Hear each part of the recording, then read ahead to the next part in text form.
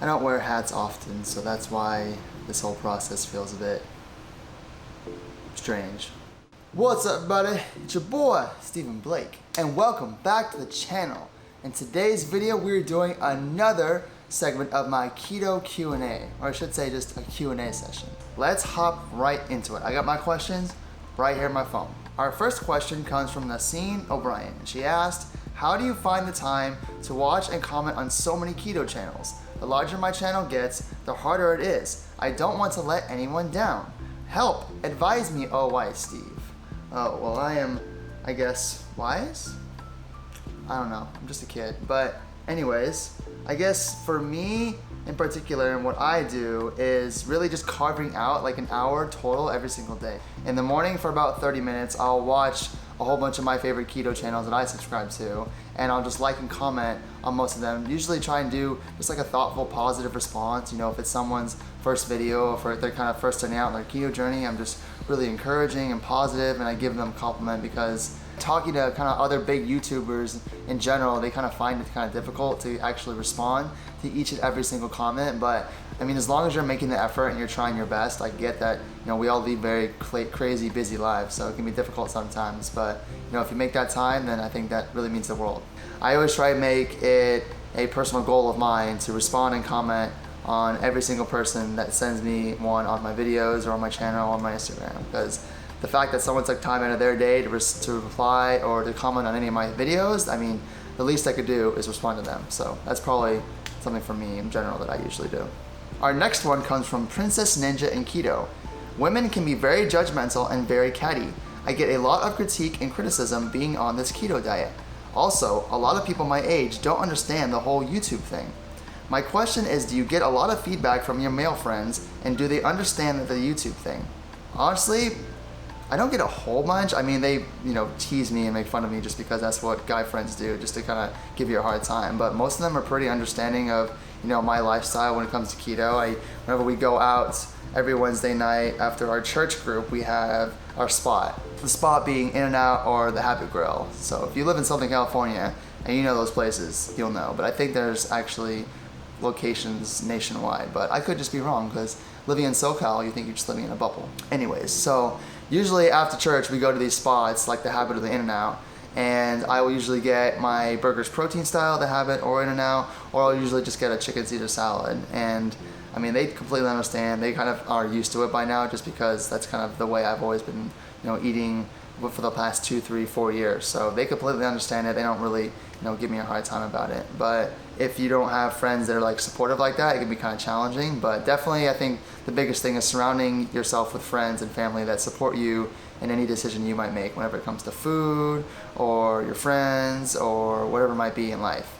And then our second part of the question, do they understand the whole YouTube thing? Not really. I mean, it's difficult to explain to someone, because like having the career, or I guess the side hustle, quote unquote, as a YouTuber is really kind of different for most people, because I mean, go back 5, 10, 15 years, being a YouTuber wasn't even really a thing. But now I think in this modern day and age with technology and the advent of social media, that being a YouTuber isn't actually, you know, that far-fetched or that, you know, out there when it comes to what you are doing now. It's different, like I said, by all means, but I think that it's just fun and it's engaging and it's something that I like to do, and you know, they definitely understand it once I kind of explain to them, okay, so YouTuber essentially means content creator. So what I do is I shoot videos with the camera, and then I edit them, and then I put them on YouTube. So you're breaking it down to 3 simple aspects. I shoot it, I edit, and then I post it. So super, super simple once you kind of break it down into those 3 building blocks of what being a YouTuber is all about. But if you're a YouTuber and you know, there's a lot more stuff that goes into just not only shooting and editing and posting it. You gotta do so much more stuff, whether it be writing a script, making graphics, being the talent. I mean, there's so many more aspects of it. But for the bare bones folks that are just kind of explaining it to them, that's usually how I break it down. All right, next question comes from Teresa. She asked, do you think you will stay keto for life? Is it sustainable for long periods of time in your opinion?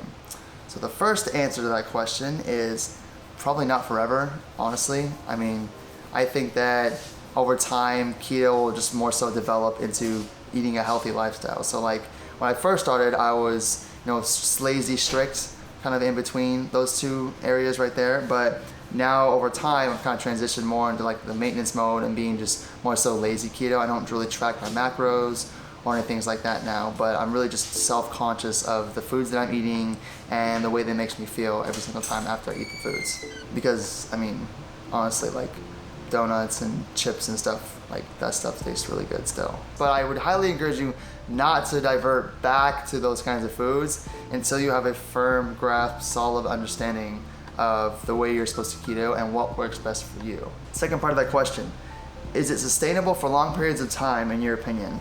I think it is, yeah. I mean, I've done it for 3 years and I mean, I'm still going strong, not really having any problems or issues, and really just curtailed the keto lifestyle to what works best for me. And I think I've even talked to folks that have done it for like 4, 5, 6, 7 years. So those are the veterans of the group that have been doing it much, much longer than me. And the success they've had and the sustainability they've been able to kind of be consistent with has been tremendous. The way you keto when you first start out on day 1, 2, 3 is going to be a lot more different than what you're going to be doing now in the future. So 3 years keto versus day 1 keto is going to be completely different. You're going to be eating different types of foods, you might be incorporating exercise, you might be doing macros, you might be doing intermittent fasting. So all those different factors will come into play and then come out of play as you transition along in your keto journey. Awesome question, Teresa. Thank you very much. All right, last question. Got one from Life Adventures in Keto. What is your morning routine look like? I did a video on that actually. I think it was my Monday morning routine vlog, and I'll kind of walk you through what I do. I wake up, I go to the bathroom, I take the dogs out to go to the bathroom, and then after that, I read my Bible for about 10, 15, 20 minutes and really just get into the Word of God and really focus on getting my mind straight and my mind in the right kind of mindset for the rest of the day, because whenever I read my Bible in the morning, it really just sets the tone for the rest of the day.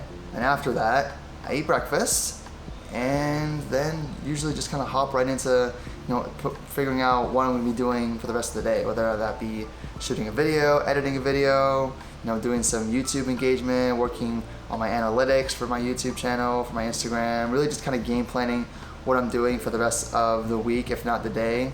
My days are actually going to be changing very, very soon. So starting next week, so after this weekend, I'll be starting my new job at a school, and I'll be an esports coach. So I will be coaching kids essentially how to play video games. That's kind of the way that I put it. So that job starts on Tuesday, and then from then on, really my days will be a little more filled with actual work, not just YouTube work all the time, because like I've mentioned, I don't generate income through YouTube at the moment. I think eventually though, probably getting monetized will be the main goal, but until then, we're just gonna, doing the YouTube thing for fun. So that's gonna be it for questions, y'all. Thank you all so much for sending those over. And if you do have additional questions for our next Q&A video, post them below. Comment below any and all questions you guys might have. I need more questions, okay? I like 4, but hey, let's get to like 20 or 30 questions, all right? Ask away, the more the better. I'm an open book, so I want to be able to learn more about you guys and the questions you guys might have for me. So throw those down below in the comment section, and I will most definitely get to those and have them in the video. I promise. You have my word. Okay, bye.